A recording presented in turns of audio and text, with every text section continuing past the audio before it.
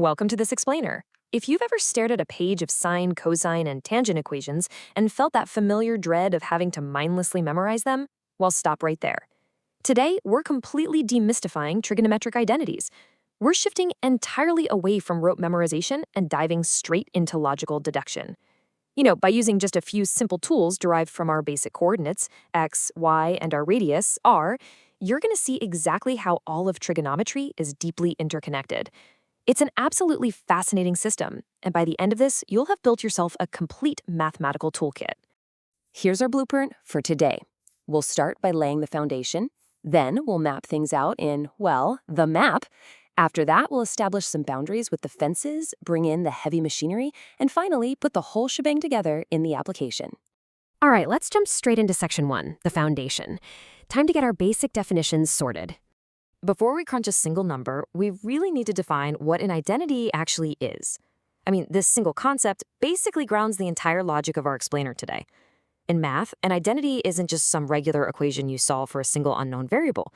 No, it's a fundamental truth. It's an equation that remains absolutely true for every single number that's a meaningful replacement for the variable. So when we say something is a trigonometric identity, we mean it is universally true across the board. No matter what angle you plug into it, assuming the function actually exists there, of course, it's going to hold up perfectly. So simple reciprocals form our very first set of identities. Remember that the reciprocal of a non-zero number is literally just 1 divided by that number. Because sine is defined as y over r and cosecant is r over y, they're perfect reciprocals. You flip one, boom, you get the other. The exact same thing goes for cosine and secant, and tangent and cotangent. To put that into perspective, let's say you're given that the cotangent of an angle is 4. You absolutely don't need a calculator for this. You just flip that 4 to instantly find that the tangent is 1 over 4. It's that easy. You know the value of one function, you instantly know its partner. Moving right along to section 2, the map. Let's figure out the signs of these function values. Okay, so now that we have our basic building blocks and reciprocal pairs, we need a map. We need to know how these functions behave in different spatial areas across a coordinate plane. Remember, our functions are defined by x, y, and our radius r. Now, because r represents physical distance, it's always positive. So the positive or negative signs of our trig functions depend entirely on the signs of x and y. And as you know, x and y change depending on which quadrant of the map you're standing in. The real game changer here is this classic mnemonic all students take calculus. It is a secret code that lets you instantly determine the positive or negative signs of any function, based entirely on its quadrant. In quadrant I, all functions are positive. In quadrant 2, only students, which stands for sine and its reciprocal cosecant, are positive. Down in quadrant 3, take tells us tangent and cotangent are positive. And finally, in quadrant 4, calculus reminds us that cosine and secant are positive. With this map in your head, if I give you an angle like, say, 135 degrees, you instantly know, hey, that's in quadrant 2, which means only its sine and cosecant will be positive. Pretty neat, right? All right, section 3, the fences. Time to look at function ranges. So we've got our reciprocal blocks, and we've got our map to tell us the signs. But now we need to establish the fences. These are the natural, absolute, unbreakable mathematical boundaries of our function values. Check out these strict numerical boundaries, -1 to +1. Now, why is that? Well, picture the geometry of a right triangle inside a circle. The radius, r, is the hypotenuse, right? It is literally always the longest side. Our x and y values can never, ever be longer than r.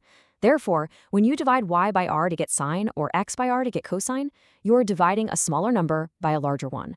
Because the x and y distances just cannot physically exceed that hypotenuse r, sine and cosine are strictly fenced in. They can mathematically never fall outside the range of -1 to +1. Let's actually test these boundaries with a quick game. Consider this equation. The cosine of theta equals -1.7. Based on the hard rules we just established, is this mathematically possible or impossible? Take a second, think about it. It's completely impossible. No way. Cosine absolutely cannot go beyond -1, and -1.7 is way, way past that fence. Now, think about the reciprocals for a second. Because sine and cosine are always fractions less than or equal to 1, well, when you flip them to get secant and cosecant, the result has to always be greater than or equal to 1 or less than or equal to -1. So a statement like cosecant equals 0.5, also absolutely impossible. But wait, what about tangent and cotangent? Well, since they're calculated by dividing y by x, and x can be massively bigger than y, or y can be massively bigger than x, there are zero fences. A statement like cotangent equals 200 is totally possible. Tangent and cotangent are completely unbounded. They can literally be any real number. Which brings us to Section 4, the heavy machinery. Let's talk about Pythagorean identities. Now we are going to combine everything we've learned to unlock the really complex equations. Honestly, this is where the magic really happens.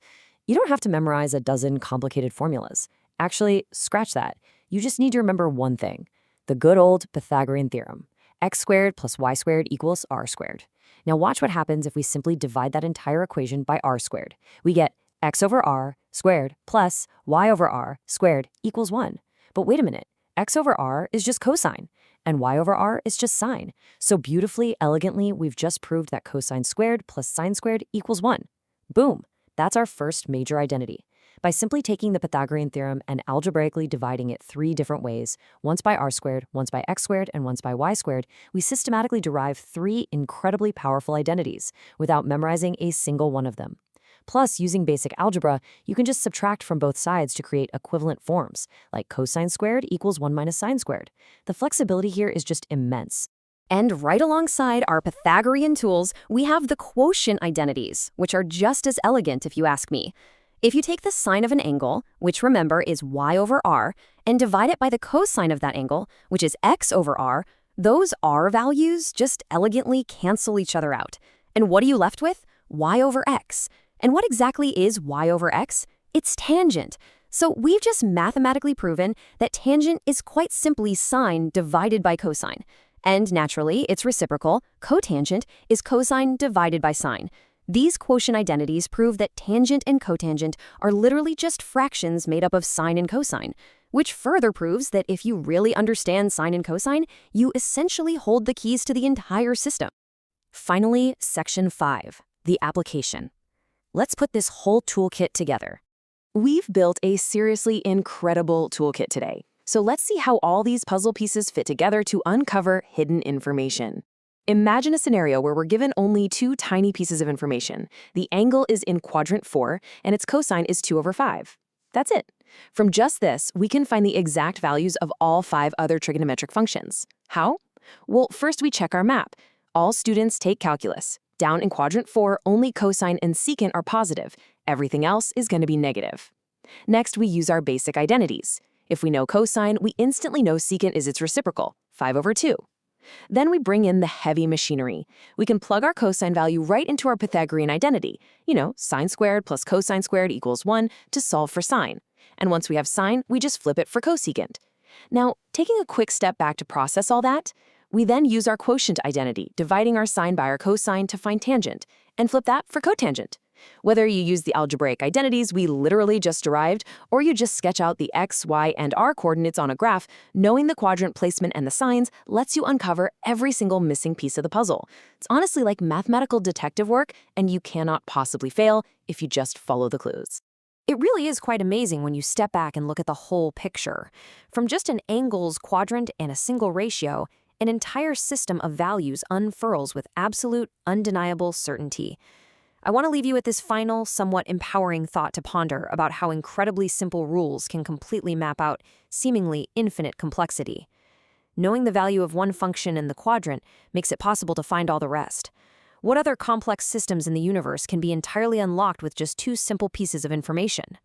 I mean, really think about that as you continue your learning journey. Thank you so much for joining me for this explainer, and keep exploring those connections.